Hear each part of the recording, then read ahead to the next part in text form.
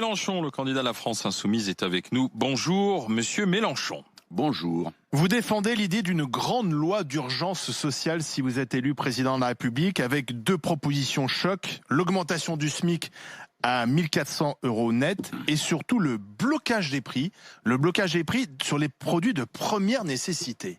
Alors là, le blocage des prix, ça existait en France, du temps de François Mitterrand. Pourquoi remettre cette idée au goût du jour? Attendez, d'abord, commençons une chose, j'ai du mal me faire comprendre. Moi, c'est à Macron que je pose cette question. Je sais pas, on attend 2022. C'est maintenant. Ben, c'est urgent. Les gens tirent la langue. Je sais pas si, je sais bien qu'en ce moment on parle de tout sauf de ça, mais la cherté de la vie, la difficulté de vivre et d'assumer les dépenses courantes sont dans les ménages populaires aujourd'hui quelque chose qui étrangle les gens. Donc c'est maintenant qu'il faut faire quelque chose. Alors, le blocage des prix, c'est une mesure assez simple à prendre et elle permet de bloquer les prix sur les produits de première nécessité. L'énergie, essentiellement, gaz, électricité. L'année dernière, 300 000 personnes à qui on a coupé l'électricité. Hein. L'eau, on peut pas compter, c'est interdit. Mais tout le monde sait que l'eau aussi est coupée. Alors vous ouvrez le robinet, il coule une petite goutte de temps en temps, et vous attendez toute la journée que ça remplisse en seau. C'est comme ça que ça se passe. Et puis, après, il y a les produits de l'alimentation qui ont augmenté. Les pâtes, les choses ordinaires. Donc ça, on peut le bloquer. D'autant que les marges qui sont réalisées par les grands distributeurs sont considérables. Des fois, ça va jusqu'à 30 et 40%. Alors d'accord, ils vont couiner parce que ça fera moins que d'habitude, mais il faut quand même aussi tenir compte du fait que dans un pays qui a autant souffert que ce qu'on vient de souffrir, 8 points de la richesse nationale perdus, c'est pas rien, quoi. Elle est perdue quelque part. C'est de ces braves gens dont il est question.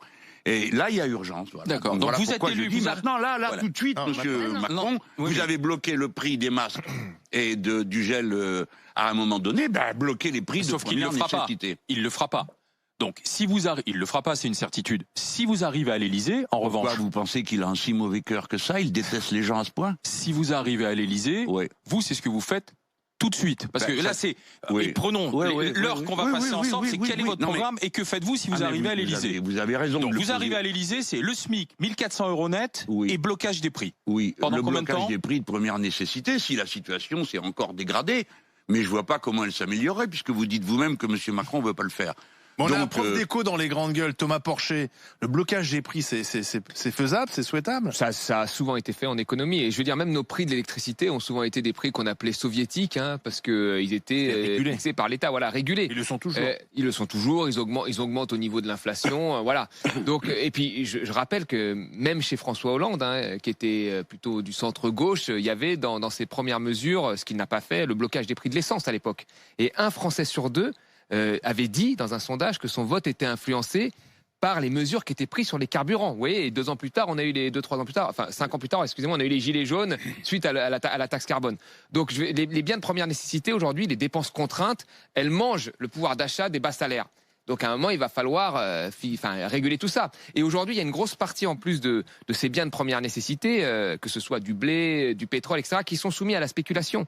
Et là, vous aviez une économie qui était à l'arrêt, les prix qui ont chuté, quand même étaient à zéro à un moment du prix du pétrole. D'un seul coup, ça remonte avec les plans de relance et la spéculation. On ne peut pas être, quand on est un bas salaire, victime de la spéculation financière. Donc à un moment, il faut réguler ses prix. En même temps, la croissance économique est là. Contrairement à ce qu'avaient dit beaucoup d'experts, l'économie française s'est pas effondrée, les entreprises ne sont pas en défaillance. Jean-Luc Mélenchon, non mais... J'attendais l'objection de l'objecteur. Non, je vois bien. Sur quoi? Bon, mais c'est bien, vous êtes d'accord alors. Alors, donc tout le monde est il faut d'accord laisser sur ce repartir plateau. la machine économique, ça va recréer de l'emploi. C'est ce qu'on veut, les entreprises vont refaire des marges, les salaires vont réaugmenter. Bien sûr, tout va aller mieux, c'est absolument certain. Rien de tel qu'une grosse pandémie pour aller mieux ou une grosse guerre. On disait avant, voilà, une guerre, c'est ce qu'on disait. Regardez bien, on a perdu 10 à 12 points de la richesse du pays. Le système a été mis quasiment bloqué. On a arrêté toutes sortes de productions et d'activités parce que les gens ne pouvaient pas aller au travail ou parce qu'il n'y avait pas moyen. On a subventionné, on a aidé. Bien. Et puis, on a indemnisé le chômage partiel. Alors déjà, on pourrait commencer par faire une petite pause pour dire « mais c'est pas avec une mesure libérale qu'on s'est sorti du truc.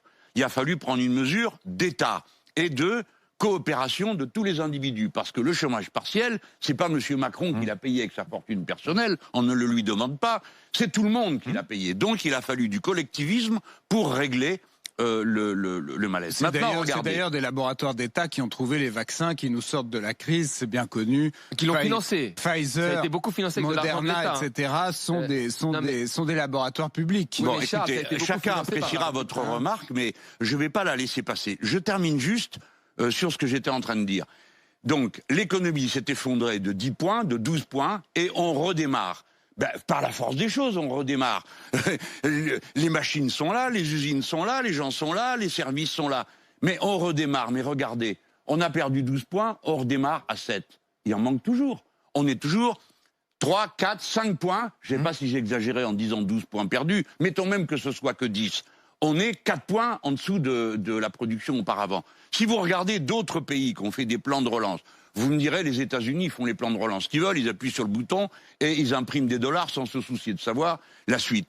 Ils l'ont fait comment? Ce que je propose de faire, avec de la consommation populaire. Ils ont donné 1400 € par tête de pipe et 3600 € par gosse de moins de 6 ans. Alors j'aime mieux vous dire qu'avec une chose pareille, qu'est-ce qui se passe? Ceux qui ont ces sous, c'est les bas salaires, les gens du commun et les gens du peuple. Qu'est-ce qu'ils font avec ça? Ils le dépensent. Ouais. Ils n'achètent pas des actions, ils stockent pas. Ouais, mais et donc ils relancent l'activité. C'est un fusil à un coup.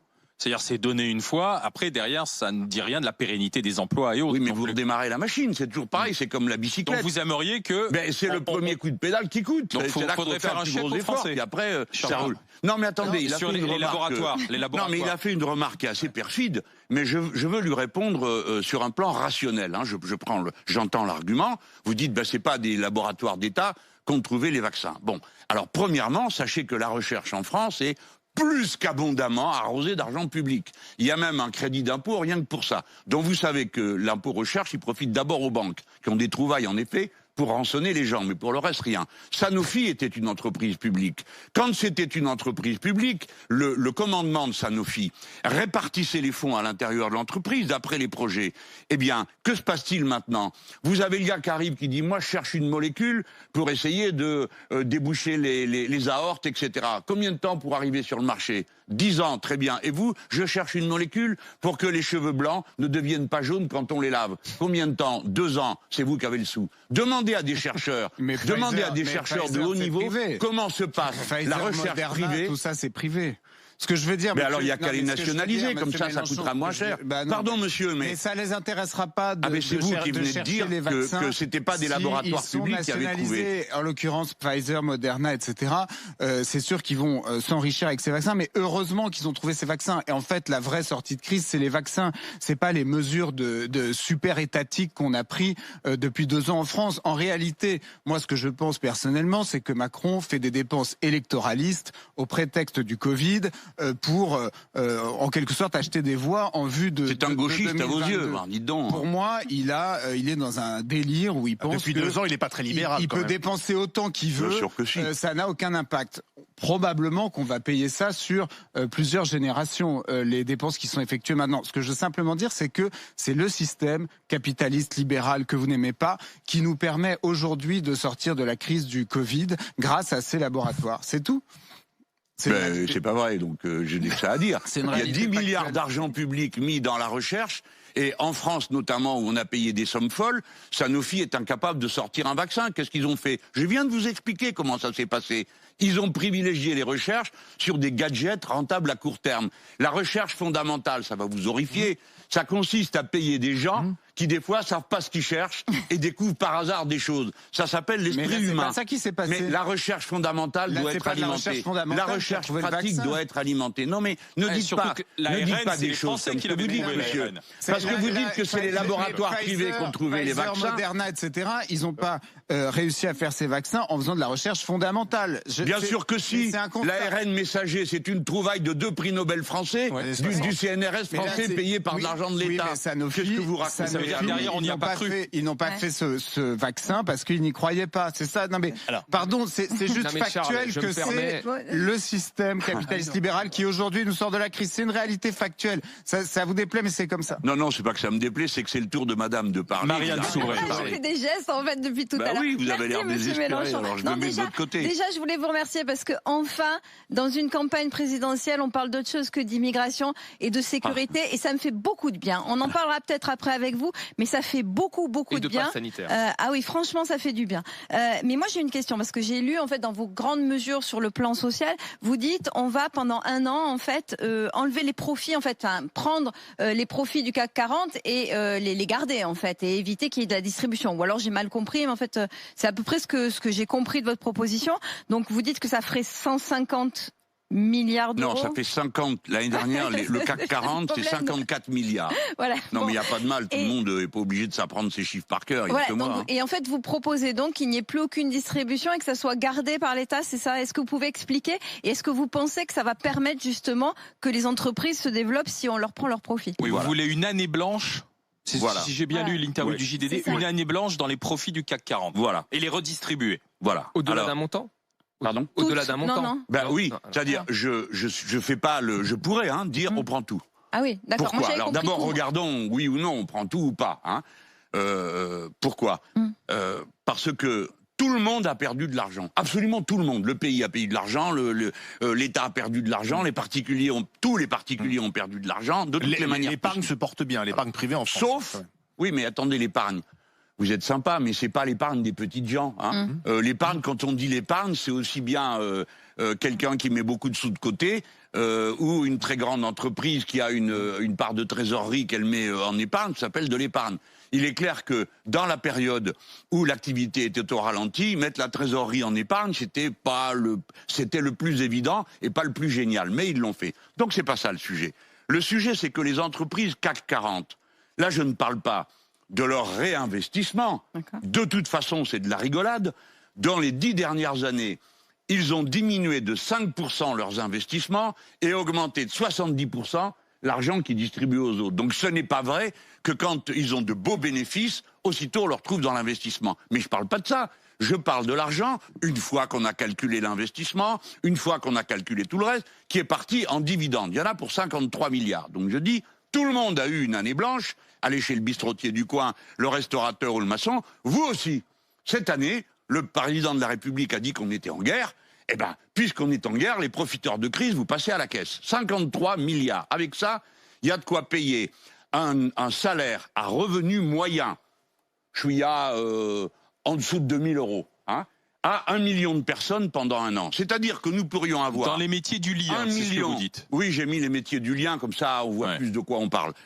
Ça veut dire que nous aurions 1 million de personnes au travail pour rattraper les dégâts de la période du Covid. Alors, c'est des assistants d'éducation. On en a mortellement besoin parce que les retards qui se sont accumulés, on ne va pas attendre qu'on en soit à des niveaux à l'école tels qu'on n'arrive plus à les rattraper. Je prends cet exemple. Donc on pourrait en mettre 100 000 au boulot. 1 an et ensuite, que se passe-t-il? Après, c'est la vie. Après, si c'est mon plan qui se met en place, non mais bien sûr. Après, c'est la vie. Oui, bien sûr. Mais écoutez, monsieur, si c'est moi qui suis élu, je peux vous répondre et je vous explique mon plan. Qu'est-ce que c'est que la planification écologique? Combien il faut d'emplois? Comment on s'y prend? Pourquoi il faut mettre du protectionnisme solidaire sur l'agriculture, etc. Mais c'est pas ça votre question. Là, nous sommes dans une situation d'urgence. Je me tue à vous dire que s'il y a urgence sanitaire, s'il y a urgence climatique, il y a urgence sociale. Vous pensez à tout sauf aux gens. Alors, les nuages, l'air chaud, oui, le virus, oui, et les gens, rien. Non, il faut s'occuper des gens. Et les gens, il y a urgence. Donc l'année qui vient, il faut desserrer les taux pour qu'ils respirent, pour que le pays aille mieux, que les gens aillent mieux. Et ensuite, on consomme. Et après, si vous votez pour moi, ça sera mieux. On continue d'en parler. Jean-Luc Mélenchon, vous restez avec nous. Suite, puisque vous restez 1 heure avec les GG, beaucoup de questions à vous poser sur l'union de la gauche, sur votre plan bien sûr, sur la gauche, la multiplication de candidatures. Et puis, je ne sais pas si vous faites partie de tous ceux qui détestaient la police, comme ça a été chanté à la fête de l'UMA. Tout de suite avec les GG. Moi, je suis RMC jusqu'à midi. Les GG, les grandes gueules en direct sur RMC Story. C'est Jean-Luc Mélenchon, candidat à l'élection présidentielle pour la France Insoumise, qui est avec nous. On a stoppé la discussion sur un petit climax, là, un moment où Jean-Luc Mélenchon nous fait une année blanche de dividendes. Mais aujourd'hui, dans la mondialisation, les dividendes vont partir ailleurs. Dès que vous arriverez à la porte de l'Elysée, les grandes sociétés du CAC 40, Elles vont faire glisser les dividendes Vous allez les effrayer, via surtout. des filiales, Ouais. des holdings, et vous les aurez pas, les dividendes, Mélenchon. Vous les aurez pas. Ah, eh ben écoutez, si, parce que j'ai trouvé comment faire pour les pourchasser jusqu'en enfer, s'il faut, et les faire. Mais c'est normal que les grandes entreprises payent, et même qu'elles payent plus que les petites, alors que pour l'instant, c'est l'inverse. Alors comment je ferai? Ça s'appelle l'impôt universel. Où que vous alliez, vous payez la part que vous devez à la France. Voilà. Comme les États-Unis. Eh ben oui, les États-Unis font ça. Et puis j'aime mieux vous dire qu'ils y vont pas avec le dos de la cuillère. Ils téléphonent, je devrais pas le dire, mais je le dis quand même. Ils téléphonent dans les banques pour demander la liste des citoyens qui sont suspects d'américanitude. Parole d'honneur, ça existe. Et ils les coursent un derrière l'autre. Eh ben nous, on en fera autant. Et je pense que la discussion avec le patronat, le grand patronat français, parce que ceux qui sont dans le CAC 40, on va dire, sont déjà en grosse partie internationalisés. On va quand même tout mettre sur la table. On peut pas, pendant des années, leur donner des subventions de toutes sortes qui en font quasiment, des entreprises soviétiques ou chinoises pour une partie d'entre elles, parce qu'elles vivent de crédits d'État, de crédits d'impôt, et pas vraiment de leur capacité productive. Dire, bon, moi je vous donne la visibilité avec la planification écologique. Je vous dis ce qu'on va faire. Écoutez, j'ai convaincu quasi tout le monde. Les Verts disent que l'État doit orienter avant une traité d'étatisme. Madame Hidalgo, hier, vous me direz, bon, elle dit un peu n'importe quoi, mais elle a quand même dit ça, qu'elle allait faire un plan quinquennal. Sur quoi elle dit n'importe quoi? On va voir tout à l'heure, parce que vous avez prévu qu'il y aurait le petit quart d'heure vacherie, il faut bien qu'il y en ait. Mais je termine Là, sur ça ce a que vous commencé disiez. déjà. de toute Non, façon. mais Vous n'allez pas le dire, si je vous voulez termine commencer sur l'argument rationnel que vous m'avez présenté, parce que c'est un vrai argument, de dire les gens vont se sauver si vous menacez de leur faire les poches. Oui. Si vous avez des lois qui vous permettent un droit de suite pour payer les impôts, non, les gens ne se sauveront pas. Et que voulez-vous qu'ils fassent se sauver? C'est pas les savoirs ni les brevets. Franchement, moi j'aimerais quand même faire entendre une voix dissonante face à cette espèce de propagande cubaine qu'on entend ce matin. Enfin, moi je veux pas que Pourquoi la France... c'est de la propagande comme c'est moi qui parle et pas vous? C'est vous qui faites de la propagande, votre truc marche pas. Alors, souffrez que chaque propagande puisse s'exprimer. Sauf que moi, c'est pas de la propagande. À égalité, vous savez, le CSA veille ces jours-ci sur les temps de parole. Vous n'êtes pas privé, pleurez pas. Des autres. Étrangement, Emmanuel Macron n'est pas décompté encore. J'attends le moment où ce sera le cas. Mais d'abord, dire qu'on fait rien pour les gens en ce moment, vous avez l'air de dire que les gens en France sont complètement abandonnés, etc.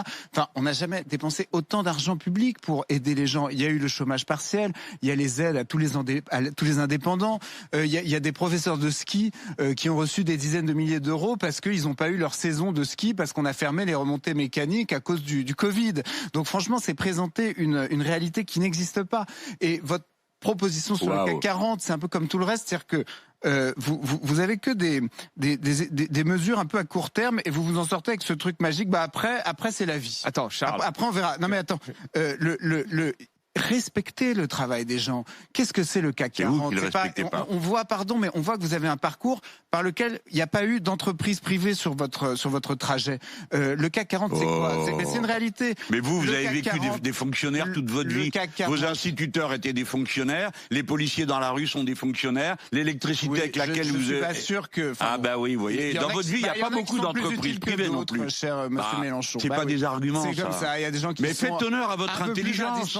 Donnez des choses mais j'ai l'impression solides. que ce que je dis vous vous dérange, puisque vous ressentez le besoin de m'interrompre. En général, quand on n'est pas dérangé, on interrompt pas. Mais parce que ça m'amuse, sinon c'est plus un dialogue. Donc vous êtes manifestement mal à l'aise, mais je vais continuer. Regardez ma tête comme je suis mal à l'aise. Oui, écoutez, vous savez bien, ça c'est les vieux apparatchis on leur apprend pas à faire la grimace. La totale. Je vous apprends pas à faire la grimace. Vous savez, en Chine, c'est pareil, ils n'expriment aucune expression. Et il vous manque encore le Venezuela et Cuba pour faire votre petite tête de Bolsonaro. Mais pardon, vous vouliez rejoindre l'Alliance bolivarienne et quitter l'OTAN. Moi, je préfère rester dans l'OTAN et laisser les pays... Ça prouve que vous ne savez pas ce qu'est l'Alliance bolivarienne qui n'a rien à voir avec l'OTAN.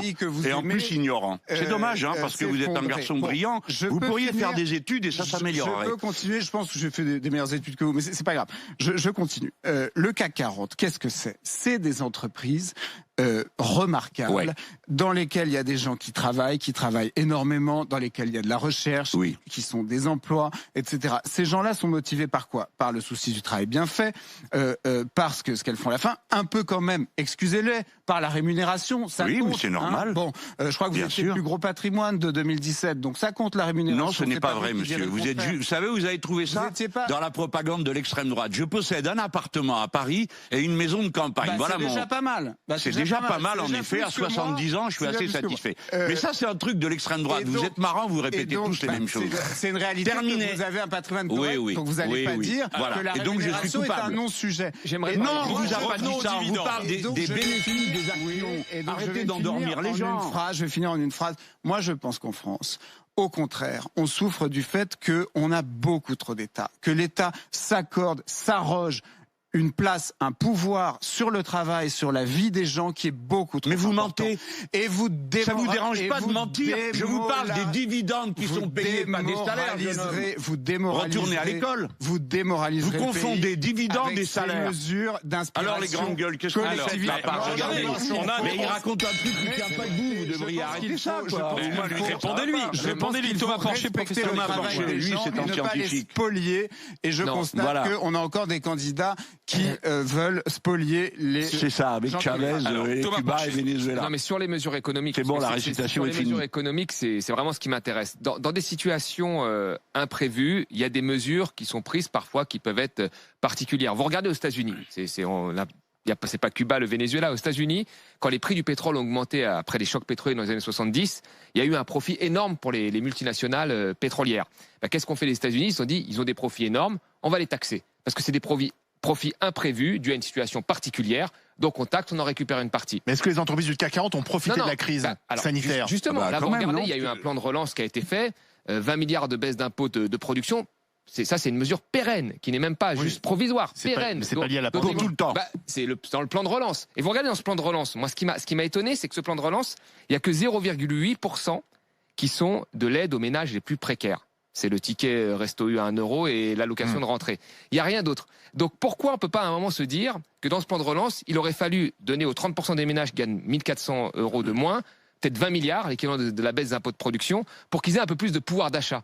Alors qu'on sait qu'il y a une partie quand même des revenus parmi les plus précaires qui ont eu du mal Et à comment on sortir. redonne ce pouvoir d'achat là? Eh ben, il y a 1000 fonds. Soit on taxe un peu plus le capital, parce que soit il y a cette proposition-là, mais Soit à un on moment, baisse il les faut, charges? à un moment, il faut que les charges ont été baissées dans le plan de relance, mais à un moment, il faut que l'ensemble de la société, dans cette situation particulière, Jean-Luc Mélenchon. puisse faire face. Merci, Monsieur Porcher. Est-ce que je regrette que quand on discute d'économie, on ne puisse pas aller au bout d'un raisonnement économique et que ça tourne tout de suite à la pantalonnade. Monsieur Mélenchon, vous avez un appartement et des arguments personnels qui sont. Il faut discuter du sujet lui-même, du contenu. Parce que monsieur, même si j'étais milliardaire, ce que je ne suis pas, je serais légitime à être un partageux et un homme de gauche. Ça s'est vu dans l'histoire. Il partage, Alors si vous pensez que les gens n'ont pas de cerveau mais seulement un portefeuille, c'est votre vision du Non, monde. je dis que Moi ça je connais compte des le gens qui ont des portefeuille. sous, qui sont bien dans la vie et qui sont généreux et prêts à partager et à payer plus d'impôts. Mais si on prend tout, après, il n'y a plus de Mais sous. là on parlait pas du salaire. Je ne suis pas en train de dire on on va parlait des confisquer dividendes. les salaires Ouais. des gens qui travaillent dans le CAC 40. Je parlais des dividendes, ce qui est donné aux actionnaires. Bien. Je voudrais vous dire que c'est tellement vrai ce que vient de dire Thomas Porcher. C'est-à-dire, on est dans le président. Tout le monde dit c'est une situation exceptionnelle. Dans la situation exceptionnelle, je dis certainement des choses ont été faites, mais on a oublié plein de gens. Donc comment on s'en occupe? Regardez le blocage des prix. Alors, vous avez tous fait 3 sauts périlleux arrière. Bon. Mais C'est parce que je si vous comprends, bloquez une parce que c'est si vous tellement énorme bloquez, dans le si vous contexte. bloquez une partie Mais des est-ce que prix, vous ça va savez être que compensé jusqu'à par l'augmentation des autres. 1986, Oui. c'était dans la loi. Oui, oui. Et là, aujourd'hui, dans le Code du commerce, Mitterrand. dans le Code du commerce, aujourd'hui, je vais vous le lire pour que vous compreniez. Article 410.2, je ne le savais pas avant d'avoir abordé ce sujet. Quand est-ce qu'on peut encadrer les prix par décret? Il n'y a même pas besoin de voter une loi. D'accord? Le Premier ministre Jean Castex, demain, s'il veut, il bloque les prix des pâtes, du riz, de l'essence et du reste. Quand il y a des situations de monopole, quand il y a des difficultés durables d'approvisionnement, et on y va tout droit, notamment pour les prix de base des matériaux Oui. pour la construction, ou bien quand il y a, une situation de crise, de circonstances exceptionnelles, ce que vient de dire M. Porcher, une calamité publique, par exemple la Covid-19, ou une situation anormale du marché dans un secteur déterminé. Vous venez d'évoquer Donc, on les pourrait prix du bloquer pétrole. les prix. Par conséquent, on a tous les outils juridiques. Ils ont été mis au point, non pas par des bolcheviks chavésiens, mais par des gens tout à fait ordinaires qui sont dans l'État et dans l'Assemblée Donc nationale. vous demandez aujourd'hui Donc, pourquoi au on n'applique gouvernement pas de ça? bloquer Voilà. les prix. Voilà, Pour voilà, pour d'accord. fermer ce volet économique, je ne sais pas si vous suivez les débats de la primaire écologiste. Il est beaucoup question de décroissance. Par exemple, l'ancienne socialiste Delphine Batho, est pour la décroissance. Elle dit on s'en sortira pas, il faut un projet de rupture. Vous avez encore finalement un discours assez productiviste de gauche, avec ensuite une redistribution des moyens et de la richesse dégagée par cette production.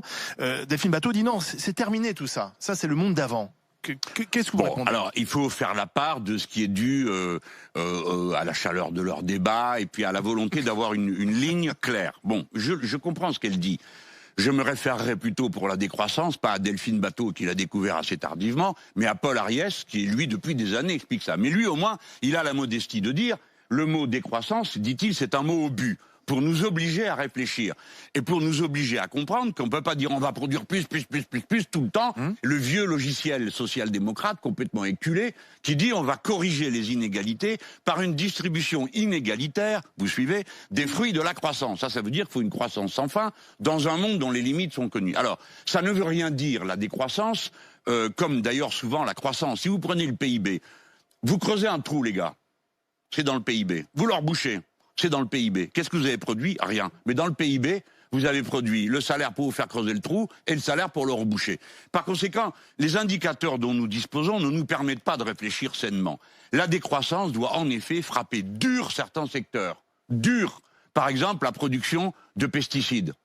Ça, stop, ça suffit. Parce qu'on est en train de pourrir et d'abaisser la fertilité des sols, donc il faudra en mettre toujours plus, et là, en effet, la croissance est mortelle. Mais la croissance d'un certain nombre de productions, notamment des machines qu'il va nous falloir pour changer les process de production. Par exemple, si vous cessez de faire du plastique à partir du pétrole et des énergies carbonées, et que vous décidez d'en faire avec des algues, il va vous falloir planter un certain nombre d'algues, installer les choses, mettre des machines pour le ramasser, faire venir des gens pour travailler. Là, vous aurez de la croissance. Donc, j'apprécie que Madame Batho parle de décroissance parce qu'elle oblige à réfléchir. Mais je pense que si on en faisait un système de gouvernement, non, ça c'est pas tenable. Jean-Luc Mélenchon, suite de la discussion, question de Marianne Soubré dans un instant, et on parlera de la candidature d'Anne Hidalgo, d'Éric Zemmour et de la police, c'est promis. RMC jusqu'à... Les GG, les grandes gueules en direct sur RMC avec Jean-Luc Mélenchon, candidat à l'élection présidentielle. Il passe 7h, 10h, 11h avec nous, Jean-Luc Mélenchon, avec les questions de Marianne Soubré, Charles Consigny, avocat, Thomas Porcher, prof d'économie.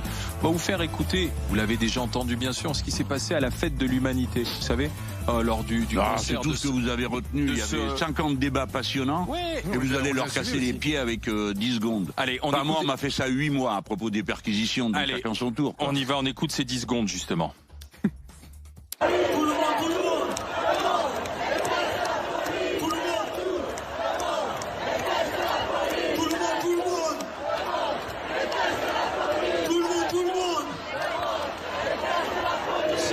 Concert d'un rappeur, tout le monde déteste la police. Fabien Roussel dit qu'il ne cautionnait pas le candidat communiste. Et vous, Jean-Luc Mélenchon ? Moi, je cautionne Brassens. Parce que je vous rappelle qu'on est dans un pays de chansons, de moqueries. Là, c'est de la moquerie, tout le monde déteste la police. Ils disent quelque chose qui est dans la jeunesse, parce que beaucoup de jeunes, on a plein le dos d'être contrôlés 10 fois par jour parce qu'ils n'ont pas la bonne couleur de peau, parce qu'il y a eu 32 personnes éborgnées, on n'a pas trouvé un seul tireur. Donc, dans la jeunesse, ça vous plaît ou ça vous plaît pas, vous autres les vieux, mais c'est comme ça. Il y a, disons, un certain ressentiment. Il y a une distance qui s'est créée. Après, le reste, on est en France, là, doucement. C'est la fête de l'UMA, c'est pas la fête paroissiale. Et encore même à la fête paroissiale, ils sont moqueurs, ils se moquent des curés des fois. Mais tiens, donc on est dans la moquerie là. Mais écoutez, on est dans la manière qu'a dans un concert. Vous avez oublié, écoutez, vous avez été jeune, Brassens. À l'époque, vous écoutiez, non ? Et quand il s'agit de rosser les cognes, tout le monde se réconcilie. C'est la chanson au marché de Brive-la-Gaillarde. Mais seulement ce que ça donne, c'est que vous avez Monsieur le ministre Darmanin qui sort pour dire « J'exige que tout le monde présente des excuses ». À plat ventre, si possible, hein, et avec un sac de cendre sur la tête. Mais dans quel pays on est, là ? Ouais. Alors, et vous, le libéral, là, vous devriez un peu... Mais attendez, si vous devez protester, quand même, non ? Marianne Soubré. Je vais quand même revenir sur la police, parce que oui, on entend ce que vous dites, mais maintenant, il y a quand même un vrai sujet sur la police, il y a un vrai sujet sur l'insécurité, notamment Marseille, une ville que vous connaissez bien, où il y a quand même des morts régulièrement, y compris chez des adolescents, et là-dessus, la police, elle a quand même un rôle à jouer, et vous-même, en tant que président de la République, qu'est-ce que vous ferez pour lutter justement, parce que vous aurez besoin de la police contre tout à fait, vous avez raison de le poser comme ça. Le système policier est hautement inefficace parce que ça fait maintenant des années qu'on vote des lois, qu'on augmente les salaires. Enfin, je voudrais quand même, puisque hier, il y a été question des salaires des profs. Hein. Bon. Un prof, c'est bac plus 5 pour être insti. D'accord ? Ma mère a été recrutée insti à BEPC. Et c'était une bonne insti, je m'empresse de vous le dire. Bon. Maintenant, c'est bac plus 5. Ça veut dire que les enfants du peuple, 5 ans sans salaire. Avant, on allait à l'école normale. Un fonctionnaire de catégorie A, capitaine de police. Bac plus 3. Premier échelon. Combien ? Sans doute plus que le prof. Je ne savais pas. Hein. Donc moi, je suis 2002. malin parce que j'ai une fiche. 2002. 2431 € net. Bien joué. Échelon 10, fin de carrière. 3646 € net. Donc mieux vaut Un être flic que professeur prof. des écoles, écoutez la suite. Fonctionnaire de catégorie A, bac plus 5. Entrée, échelon 1, 1430 €. Capitaine de police, bac plus 3, 2431 €. Un professeur des écoles, 1431. Fin de carrière, 2327 €. Ce que je veux dire, à part cet exemple, c'est que c'est pas vrai que la police en France soit maltraitée. Ce n'est pas vrai. Elle est mal utilisée, mal formée, mal organisée. Alors justement, Mal utilisée parce qu'on met 7000 types et filles dans la BAC pour faire du soi-disant flagrant délit, avec tous les problèmes que ça a soulevé, et seulement 5000 dans la police judiciaire pour mener les enquêtes. Vous donnez l'exemple de Marseille. Quel est le problème de Marseille ? C'est pas l'adolescent. Le problème de Marseille, c'est qu'il y a des armes qui circulent. Il y a 6 millions d'armes qui circulent dans ce pays. Pourquoi ?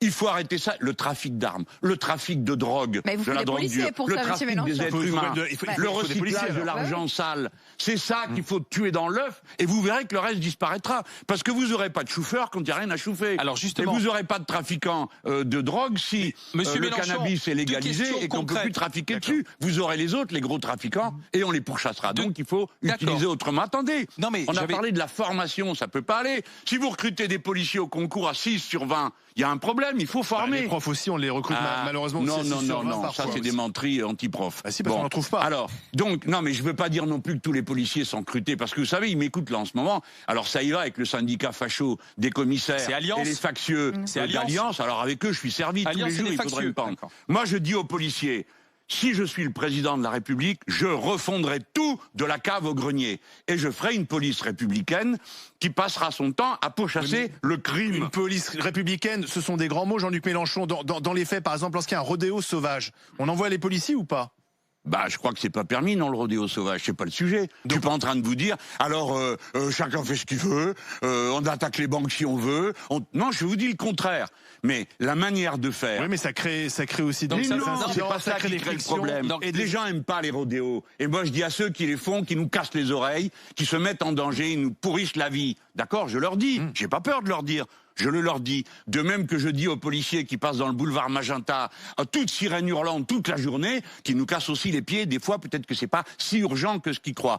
Donc, Ah, faisons vous mettez bien les rodéos et les flics au même plan, vous, alors, du coup. Voilà, ça y est. Bah, c'est ce que vous venez de voilà. faire. Mais non. Bah, vous venez de dire, ils nous cassent les oreilles et les Mais autres voilà, nous cassent je les veux oreilles vous dire aussi. qu'un peu de bon sens, un peu de détente dans le rapport aux gens, c'est pas ça qui pose problème dans la jeunesse. C'est Ce qui lui en pose même temps problème façon dans la Mélenchon. jeunesse, c'est les contrôles aux faciès. Ni vous ni moi, on a eu à endurer ça.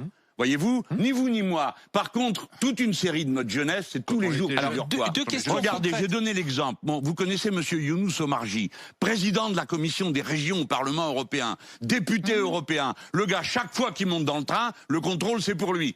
C'est pas normal. Alors, Pourquoi ? Parce que il a la peau noire. Deux questions concrètes, très rapides, Ouais. avant de partir sur la Non, et j'ai gauche. pas mis les policiers, s'il vous plaît, je veux être tranquille dans le boulevard Magenta. La première question, vous avez, si vous êtes élu président de la République, déjà en tête, Oui. vous savez qui sera votre ministre de l'Intérieur ? J'ai quelques idées, oui. pouvez pas nous en dire ce plus. sera chez les Insoumis. Ça dépend. Non, mais il y a des gens. Non, mais justement. Thomas Porcher, il n'est pas insoumis.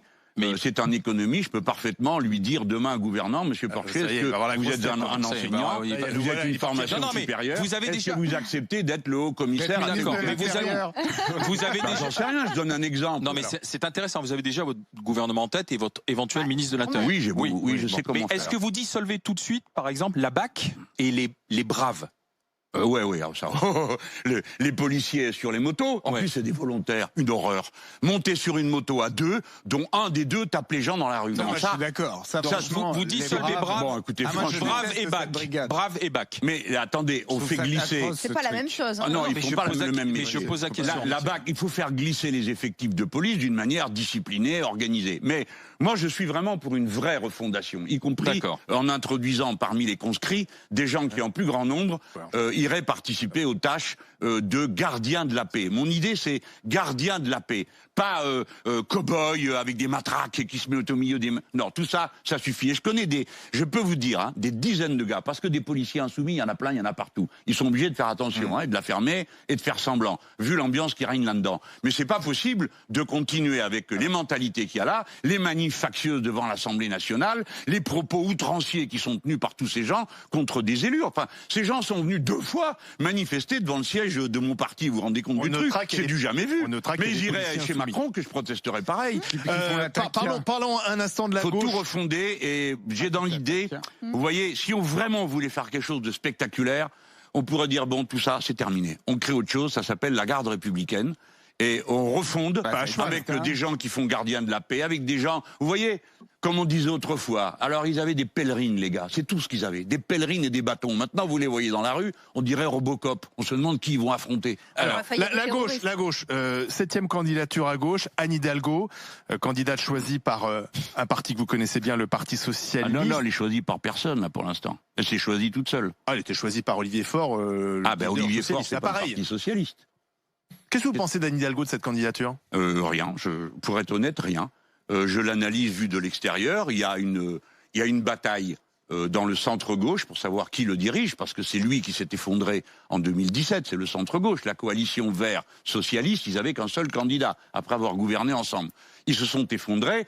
Et moi, en tant que représentant politique d'une autre entité qu'on va appeler le Bloc populaire, je mis dans un rapport de 1 à 3. Bon. Voilà. Alors ils doivent se recomposer et on ne sait pas aujourd'hui qui va l'emporter, de Madame Hidalgo ou du candidat ou de la candidate Europe Écologie Les Verts. Il y en a pour des mois avant que ça se stabilise. Et elle, je ne sais pas, je ne connais pas. Elle fait une proposition, elle veut doubler le salaire des profs, c'est assez spectaculaire. Ah ça c'est clair que c'est spectaculaire, mais pardon de dire que je suis pas d'accord. Parce que j'ai eu la curiosité de calculer. Alors on savait pas très bien comment calculer, parce qu'elle dit... Ça fait 9000, enfin bref, peu importe. Son compte à elle, ça donne 100 milliards. Nous, on est parti des payes dans le budget de l'État de l'éducation nationale. Et comme elle a dit que c'était tous ceux qui étaient en face des élèves, donc ça veut dire 93% de la dépense actuelle de l'État. Eh ben, multiplié par 2 pour tous les profs, ça vous donne 60 milliards. C'est pas rien. Admettez que c'est une somme qui mérite débat, hein. Bon, là, non, comme ça, pouf. Alors, est-ce que c'est la priorité totale et absolue? Oui, il faut revaloriser les salaires des profs. Je vous ai donné l'exemple tout à l'heure. Il faut revaloriser les salaires des profs. Et pour comment faire? Déjà, première chose, on regarde ce que demandent les syndicats. On n'invente pas des mots d'ordre tout seul dans son bureau avec 3 communicants. Donc, les syndicats, ils demandent de rattraper le gel du point d'indice, qui dure depuis 10 ans à l'initiative des socialistes, et puis de faire une augmentation de salaire. Ça, je suis d'accord. Total, 17 milliards. Ah, c'est pas tout à fait la somme. Et il faut les trouver. On va les trouver. Mais il y a le reste. Il faut du monde de plus à l'école pour faire baisser le nombre d'élèves par classe. Il faut que dans l'enseignement professionnel, on arrête de fermer les lycées professionnels et qu'on en ouvre d'autres. C'est démago? Moi, je vous laisse ça à vous de qualifier. Si je dis un mot, vous savez ce que c'est, il va plus rester que ça. Moi, je dis seulement qu'autrefois, le PS avait une culture de gouvernement, donc il s'efforçait de proposer des mesures dans un cadre d'ensemble. Là, on raconte ce qui passe par la tête, puis comme ça suffisait pas, le lendemain, elle a dit, on va mettre les policiers, alors on va doubler le capitaine de police, c'est qui peut dire à merci à Madame Hidalgo, il passe de 2431 € à 4862. Mais elle va venir vous mordre les mollets, elle va venir vous mordre les mollets électoraux. Elle va venir vous mordre les mollets, là, dans le socle électoral, Madame Hidalgo. C'est possible, mais il y a moins d'imbéciles qu'elle le croit parmi les gens qui votent pour moi. Donc il ne faut pas prendre les gens pour des imbéciles. Vous leur proposez un truc dont ils savent eux-mêmes que ça ne tient pas debout. Ils se disent, elle dit ça pour m'appâter, puis demain, elle fera autre chose. Mon ennemi, c'est la finance. Quand est-ce que vous débattez le type qui a le plus arrosé la finance, c'était Monsieur François Hollande lui-même, avec le crédit d'impôt. On a appris ce matin qu'Éric Zemmour perdait son émission. Il avait une émission quotidienne sur CNews. Le CSA a eu la peau d'Éric Zemmour? Je ne sais pas ce que le CSA est sorti de sa longue sieste. Il lui reste maintenant encore à se demander quand est-ce que M. Macron va être compté comme candidat, parce que, écoutez, ça le fait un peu fort, les gars. Hein. Quand il est venu à Marseille, on a quand même eu 3 jours à la télévision non-stop. C'est le président. Ouais, on est d'accord, mais enfin, autrefois, dans notre pays, on faisait pas ça. C'était pas le portrait du président, si tu l'enlèves, tu vas en prison. Et puis sinon, tous les jours, à toutes les heures, vive le président, comme il est beau, comme il est grand, comme ce qu'il fait est intéressant, même si c'est pas vrai. Je trouve qu'il y a une dérive. Il y a d'un côté le côté autoritaire, mais alors ça fait plus chinois que moi, hein, cette histoire. Mais monsieur, j'y qui me pensais, ouais, critiquait. c'est vrai. Pour revenir à Éric Zemmour, pour revenir à Éric Zemmour, on cherche à le faire taire. Je crois pas qu'ils cherchent à le faire taire. Ils se sont quand même rendus compte que ça allait trop loin. Alors ça va peut-être pas faire du bien à CNews, mais Monsieur Zemmour est devenu, enfin, faut quand même parler avec respect de votre collègue. C'est l'intellectuel organique, comme on disait autrefois, de la droite. C'est lui qui fournit les argumentaires à tout le monde. Il produit le principal liant de la droite, parce que la droite, on se comprend. C'est la peur de l'autre, peur de ci, peur de là, en racontant n'importe quoi.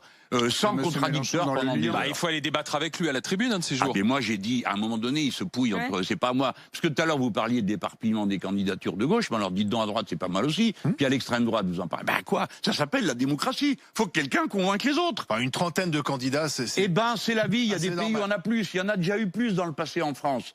Étonnamment, il n'y a jamais eu autant d'abstentionnistes. Il n'y a jamais eu autant de candidats. Alors. C'est bien la preuve que c'est la crise totale. Donc l'élection va remettre de l'ordre.